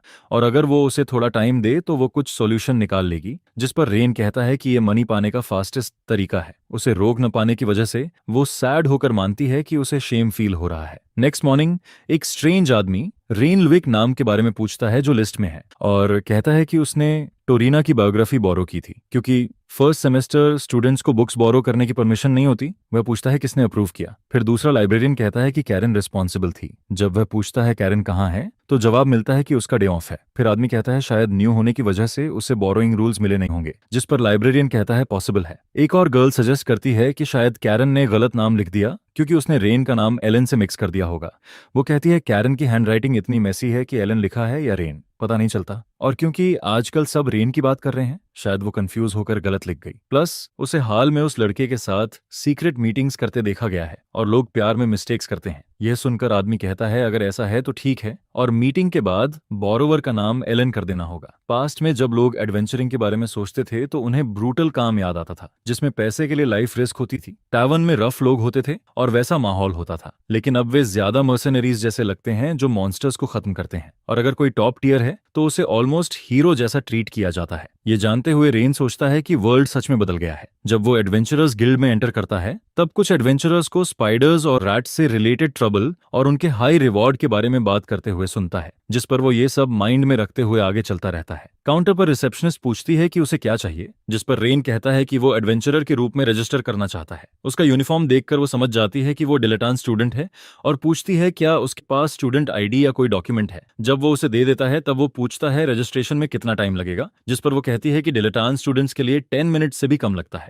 उसके आईडी को ध्यान से देखते हुए वो उसका लास्ट नेम नोटिस करती है और उसे याद आता है कि ये एक पावरफुल नोबल फैमिली है, जिस पर वो सोचती है कि उसके जैसा पर्सन एडवेंचरर क्यों बनना चाहता है। रेन पूछता है क्या उसे कुछ और करना है, तब वो उसे एक पेपर देती है और कहती है कि फॉर्म फिल करके लास्ट लाइन पर साइन करे। वो पूछता है क्यों, जिस पर वो कहती है ये नोबल्स के लिए स्पेशल क्लॉज है। इसमें लिखा है कि एडवेंचरर वर्क की वजह से अगर कोई प्रॉब्लम होती है तो गिल्ड रिस्पॉन्सिबल नहीं होगा, जिस पर रेन उसकी बात पूरी करते हुए पूछता है क्या कुछ लोगों ने गिल्ड को ब्लेम करने की कोशिश की थी। रिसेप्शनिस्ट कहती है उसने सुना है करीब 100 ईयर्स पहले ऐसा हुआ था, इसलिए ये क्लॉज बनाया गया। उसे आयरन टैग देते हुए वो कहती है कि उसकी रजिस्ट्रेशन कंप्लीट हो गई है। वो एक्सप्लेन करती है कि ये उसका एडवेंचरर बैज है और उसका करंट रैंक आयरन है। इसके बाद रैंक ब्रॉन्ज से डायमंड तक जाते हैं, और एडवेंचरर बनने से पहले का कॉम्बैट एक्सपीरियंस या स्किल्स भी रैंक में रिफ्लेक्ट होते हैं, जिससे कंफर्म होता है कि कोई मिशंस कंप्लीट करने के केपेबल है। जैसे ही वो रैंकिंग एग्जाम के बारे में बताने वाली होती है कि उसने एग्जाम नहीं दिया, तभी लड़का कहता है कि उसे बेसिक्स समझ आ गए हैं और वो जाने लगता है। वो उसे रोकने की कोशिश करती है कि अभी यूजफुल इन्फो बाकी है, लेकिन वो उसे थैंक्स बोलता है और कहता है अभी के लिए इतना काफी है। जिस पर रिसेप्शनिस्ट कहती है अपना ध्यान रखना, और जैसे जैसे रैंक बढ़ेगा वैसे मिशंस का लेवल भी बढ़ेगा। अब ऑफिशियली एडवेंचरर रजिस्टर होने के बाद रेन सोचता है कि वो फाइनली मॉन्स्टर एक्सटर्मिनेशन के रिवॉर्ड्स कलेक्ट कर सकता है और डेंजरस एरियाज में जा सकता है। अभी उसके पास सिर्फ 44 सिल्वर कॉइन्स हैं, इसलिए वो रैट स्पाइडर्स हंट करने से शुरू करने का डिसाइड करता है। क्योंकि हर एक के लिए 2 सिल्वर कॉइन्स मिलते हैं, वो सोचता है ये काफी वीक होंगे। ऐसे में उसके पास ऑप्शन यही है कि वो बहुत सारे पकड़ ले। गिल्ड से निकलकर वो एक माउंटेनस एरिया में पहुंचता है जहां जापानीज स्टाइल गेट है, जिस पर रेन कमेंट करता है कि ये जगह भी काफी बदल गई है। सिटी के बीच में एक क्राउड एक आदमी के आसपास खड़ा है जो सपोजिडली लाइफ एक्सटेंडिंग पोशन बेच रहा है। चलते हुए लड़का सोचता है कि ड्रैगन्स शायद मर गए, इसलिए मॉन्स्टर्स आउट ऑफ कंट्रोल हो गए हैं। जैसे ही रेन वहां से निकलने लगता है, वो आदमी उसे आवाज देता है और पोशन लेने को कहता है क्योंकि आगे बहुत मॉन्स्टर्स हैं, लेकिन लड़का मना कर देता है। थोड़ा आगे चलकर वो एक स्टेयरकेस पर पहुंचता है और रियलाइज करता है कि फायर ड्रैगन श्राइन की ओर जाने वाली स्टेप्स अभी भी मौजूद हैं। स्टेयर्स को देखते हुए उसे अपने कंपेनियंस के साथ यहाँ आने का टाइम याद आता है। अपने आप से वो कहता है कि शामन का होम टाउन सेफ है, स्ट्रेच करते हुए वो कहता है कि शामन ध्यान से देखे क्योंकि वो उस लैंड के सारे पेस्ट्स खत्म करने जा रहा है। उसी समय लॉन्ग ग्रीनिश हेयर वाली एक वुमन वहां आती है और रेन का अटेंशन लेकर पूछती है क्या वो मेज है। वो कहती है छुपाना बंद करो, वो उसे फूल नहीं कर सकता, जिससे हवा में अजीब वाइब बनती है। रेन जवाब देता है कि वो छुप नहीं रहा और पूछता है क्या उसका यूनिफॉर्म देखकर ऑब्वियस नहीं है कि वो मेज है। एम्बैरेस्ड होकर वो कहती है बात मत बढ़ाओ। फिर वो उसे अपने पार्टी में ज्वाइन करने को कहती है क्योंकि उन्हें एक मैच चाहिए। रेन ये सुनकर सरप्राइज्ड होता है कि उसका पार्टी है, जिस पर वो मेंबर्स इंट्रोड्यूस करना शुरू करती है और रेन के पीछे खड़े एक हग आदमी की तरफ पॉइंट करती है। वो कहती है ये बार्ट है, super reliable silver rank Vanguard. Rain पूछता है क्या वो मजाक कर रही है क्योंकि उसे देखकर वो ह्यूमन नहीं लगता। ये सुनकर वुमन कहती है वो रूड हो रहा है और लुक्स के बावजूद बार्ट एक्चुअली सॉफ्टी है। फिर वो सैमी को इंट्रोड्यूस करती है जो पार्टी का अप्रेंटिस प्रीस्ट है, काम किड वाइब देता है और उससे मिलकर खुशी जताता है। आखिर में गर्ल खुद को रेम बताती है, जीनियस आर्चर, और टीम रॉकेट जैसी पोज बनाकर कहती है कि वो अपना बेस्ट देंगे। रेन पूछता है क्या वो सच में ऐसे दिखकर एडवेंचरर्स रिक्रूट कर रहे हैं जैसे कोई क्रिमिनल गैंग हो। रेम पूछती है वो किसे क्रिमिनल कह रहा है, जिस पर वो कहता है वो ह्यूमन ट्रैफिकिंग ग्रुप जैसे लग रहे हैं जहां जो लोगों को किडनैप करते हैं। तबीयत बार्ट गुस्से में कहता है अगर रेन फाइट चाहता है तो वो रेडी है, जिससे लड़का डर जाता है। लेकिन अचानक अनएक्सपेक्टेड होता है, जो जियांट वॉरियर अटल लग रहा था वो रोने लगता है। रेम उसे काम करने की कोशिश करती है और कहती है उन्हें पहले भी गलत समझा गया है। सर खुजाते हुए रेन पूछता है कि वो आयरन रैंक जैसे किसी को क्यों चाहते हैं। रैम कंफ्यूज होकर समझाती है कि रैंक्स उनके लिए मैटर नहीं करते, वो लोगों को देखकर जज कर लेते हैं। ब्राइट स्माइल के साथ वो कहती है वो काफी स्ट्रांग लगता है। उसका ये एटीट्यूड रेन को अपनी पुरानी कंपेनियन एस्थर की याद दिलाता है। वो ये भी कहती है बार्ट नहीं चाहता कि वो मॉन्स्टर भरे माउंटेन पाथ पर अकेला जाए। सैमी ऐड करता है कि यंग स्टूडेंट्स अक्सर वहां पैसे कमाने की कोशिश में एक्सीडेंट्स में फंस जाते हैं। ग्रुप कहता है वो उसे फोर्स नहीं करेंगे और अगर वो अकेले जाना चाहता है तो केयरफुल रहे। थोड़ी देर सोचने के बाद रेन एडवाइस के लिए उन्हें थैंक्स करता है, लेकिन कहता है वो सोलो काम करना प्रेफर करता है और वहां से चला जाता है। पार्टी लीडर साई लेकर कहती है ये अफसोस की बात है, लेकिन वो कुछ नहीं कर सकते। फिर भी वो कहती है कि वो ठीक रहेगा और बार्ट को इतना वरी न करने को बोलती है, जिस पर रेन वहां से दूर चलता है तो रेम कहती है कि अब उन्हें रैट्स स्पाइडर्स का हंटिंग शुरू कर देना चाहिए क्योंकि उसे उनका हैबिटेट पहले ही मिल चुका है। तभी अचानक कोई उसके शोल्डर पर टैप करता है, जिस पर उसकी बात कट जाती है, जो देखकर पता चलता है कि वो रेन ही है। पसीना बहाते हुए अपना इंट्रोडक्शन देता है। वो कहता है कि वो पार्टी ज्वाइन करने के लिए अवेलेबल है और फिर उसी ग्रुप के साथ रेन रैट स्पाइडर्स को खत्म करने निकलता है। आगे कहीं और हम स्पाइडर्स को फीडिंग करते देखते हैं। फॉरेस्ट के बीचों बीच एक रैट स्पाइडर ट्री ब्रांचेस चबाता है। तभी उसे कुछ आवाज सुनाई देती है। यह रेन का ग्रुप होता है जो सोच रहा होता है कि क्या सच में रैट स्पाइडर्स एग्जिस्ट भी करते हैं, क्योंकि उन्हें आसपास उनका कोई निशान नहीं मिलता है। जिस पर बार्ट पूछता है कि अगर वो प्रॉफिट्स को बराबर बांट दें तो किड को कोई प्रॉब्लम तो नहीं होगी, जिसके जवाब में किड कहता है कि ये फेयर लगता है। फिर वो पूछते हैं कि क्या ये रेन की फर्स्ट एडवेंचर है और क्या उसे इन रैट क्रीचर्स के बारे में कुछ पता है, जिस पर किड मना करता है और उनसे एक्सप्लेन करने को बोलता है। तब क्लैरिक बताता है कि रेड स्पाइडर्स ऐसे क्रिएचर्स होते हैं जिनका हेड रेड का और बॉडी स्पाइडर की होती है और उनकी कॉलोनी क्वीन उसके सोल्जर्स और वर्कर्स से मिलकर बनती है। वर्कर्स ओमनिवोर्स होते हैं और ट्रीज खाते हैं, जबकि सोल्जर्स ह्यूमंस पर अटैक करते हैं। यह सुनकर रेन क्वीन के बारे में पूछता है, जिस पर यंग प्रीस्ट कहता है कि उसकी जरूरत नहीं पड़ेगी क्योंकि इस बार वो उसके पीछे नहीं जा रहे हैं। वो सिर्फ सोल्जर्स को खत्म करेंगे और क्वीन जो रेयरली जमीन के ऊपर आती है उसे छोड़ देंगे। यही बेसिक प्लान था। जिस पर रेन पूछता है कि वो क्वीन को छोड़ क्यों रहे हैं और क्या सारे मॉन्स्टर्स को एक साथ वाइप आउट करना बेहतर नहीं होगा। बार्ट कहता है कि क्वीन सोल्जर्स जितना बड़ा थ्रेट भी नहीं है। अगर वो उसे कैप्चर करने की कोशिश करेंगे तो एक पूरा ऑपरेशन करना पड़ेगा और उसमें बहुत पैसा लगेगा, इसलिए वो सोल्जर्स से शुरू कर रहे हैं क्योंकि वही डेली लाइफ खराब कर रहे हैं। हल्की सी स्लाई स्माइल के साथ रेन कहता है कि अगर इतना मुश्किल है तो उसे पकड़ने का रिवॉर्ड बहुत बड़ा होना चाहिए। जैसे ही वो टॉल ग्रास को हटाते हुए आगे बढ़ता है, रेम उसे सोचने से भी मना करती है क्योंकि क्वीन हाई रैंक एडवेंचरर्स के लिए भी टेरिफाइंग ओपोनेंट है। तभी लड़की अचानक एक्साइटेड हो जाती है, जैसे उसे वही मिल गया जो वो ढूंढ रही थी। स्लोप से कूदते हुए वो चिल्लाती है कि उसे आखिर रैट स्पाइडर्स का हंटिंग ग्राउंड मिल गया है, जिस पर वो अभी गिर ही रही होती है कि रेम कुछ एरोस फायर करती है और नीचे के 2 मॉन्स्टर्स गिरा देती है। बिना समय गवाए वॉरियर भी उसके पीछे आता है और 2 और रैट स्पाइडर्स मार देता है। पोनीटेल्ड गाय सबको फॉलो करने को बोलता है और कहता है कि उसने रैट स्पाइडर्स का ह्यूज स्वॉर्म देखा है। रेम कहती है कि उन्होंने शायद उनकी सेंट पकड़ ली है। फाइट करते हुए लड़की बार्ट से कहती है कि दूसरों के आने से पहले इसे खत्म कर देना चाहिए, जिस पर वॉरियर भी एग्री करता है। रेम और बार्ट को लड़ते देख रेन क्लेरिक से पूछता है कि क्या उसका फाइट ना करना सही है जबकि मनी बराबर बंट रहा है। बैग में कुछ ढूंढते हुए प्रीस्ट कहता है कि उसे बस कैंप फायर जलानी है और कैंप के लिए ड्रिंक्स रेडी करनी है। रेन पूछता है कि क्या सच में बस इतना ही, जिस पर यंग क्लरिक कहता है कि उन्होंने शुरू से उसे लड़ने देने का प्लान ही नहीं बनाया था। रेन पूछता है कि फिर रिक्वेस्ट डाली ही क्यों, तो सैमी बताता है कि वो सच में हेल्प करना चाहते थे। सैमी कहता है कि उन्होंने रे के बारे में सुनते ही कॉल एक्सेप्ट किया था क्योंकि उसे प्रीस्टहुड एग्जाम के लिए पैसे चाहिए थे। जरूरत से ज्यादा कमा लेने के बाद भी वो ये करते रहते हैं। उन दोनों के आसपास रहकर उनकी केयर साफ फील होती है। रेन पूछता है कि क्या ये अनकंडीशनल लव जैसा है और कहता है कि गॉड को ये सुनकर खुशी होगी। मुस्कुराते हुए प्रीस्ट एग्री करता है। यंग क्लेरिक कहता है कि वो खुद नहीं जानता क्यों, लेकिन उसे एक अजीब सोलिडेरिटी फील होती है जिसे गॉड से एक्सप्लेन नहीं किया जा सकता। शायद इसे लोगों के साथ रहने की सिंपल डिजायर कहा जा सकता है। सैमी कहता है कि उनके साथ एडवेंचर करना उसे बहुत फन लगता है और साथ बिताए दिन उसका दिल पूरी तरह भर देते हैं। ज्यादा बोलने का एहसास होते ही वो अपोलोजाइज करता है और कहता है कि एक प्रीस्ट के लिए ये थोड़ा एम्बैरेसिंग है। रेन कहता है कि वो भी अग्री करता है। किसी के साथ ट्रैवल करना सच में अच्छा लगता है। उसे अपने पुराने कंपेनियंस याद आते हैं जिससे उसे टोरीना की याद आती है। फिर रे पूछता है कि क्या सेवी को टोरीना के बारे में कुछ पता है, जिस पर यंग मैन पूछता है कि क्या वो एशेस विच टोरीना की बात कर रहा है। जब बाकी लोग फाइट करते रहते हैं, प्रीस्ट कहता है कि उसे कुछ भी पता नहीं हो सकता। और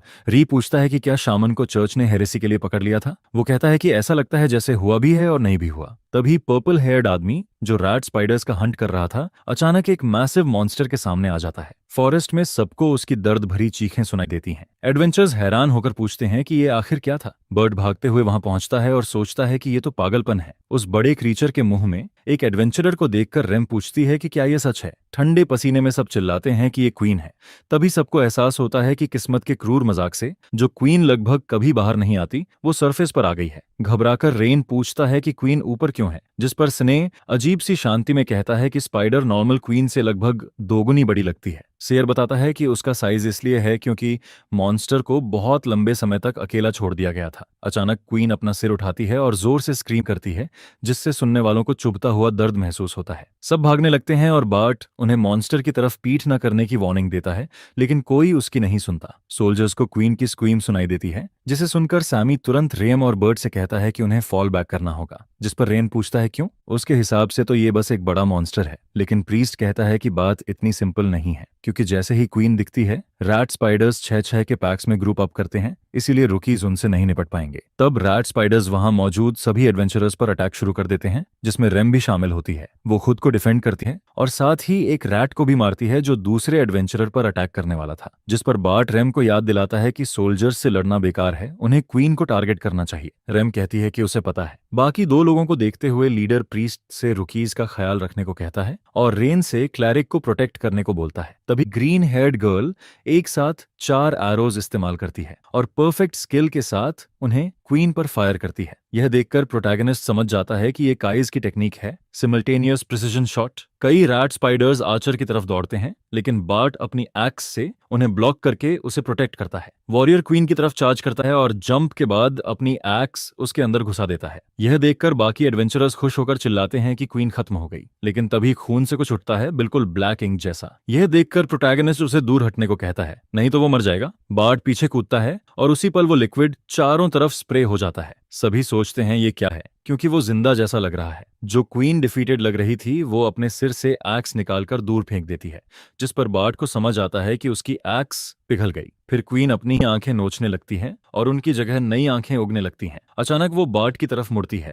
जो उसके सामने जड़ होकर खड़ा है। कुछ सोल्जर्स को गिराते हुए रेम सोचती है कि हालात बहुत खराब हैं। वो बार्ट को चिल्लाकर भागने को कहती है, लेकिन वो पैरालाइज्ड है और कुछ नहीं कर पाता, सिवाय इसके कि क्रीचर उसका हाथ काट लेता है। अपने साथी को दर्द में देखकर रेम सोल्जर्स के अटैक को इग्नोर करती है और कहती है कि वो क्वीन को हराएगी, चाहे कुछ भी हो। वो स्पाइडर के टेंपल में एरो मारती है और पूछती है क्या वो उसे इग्नोर करती रहेगी।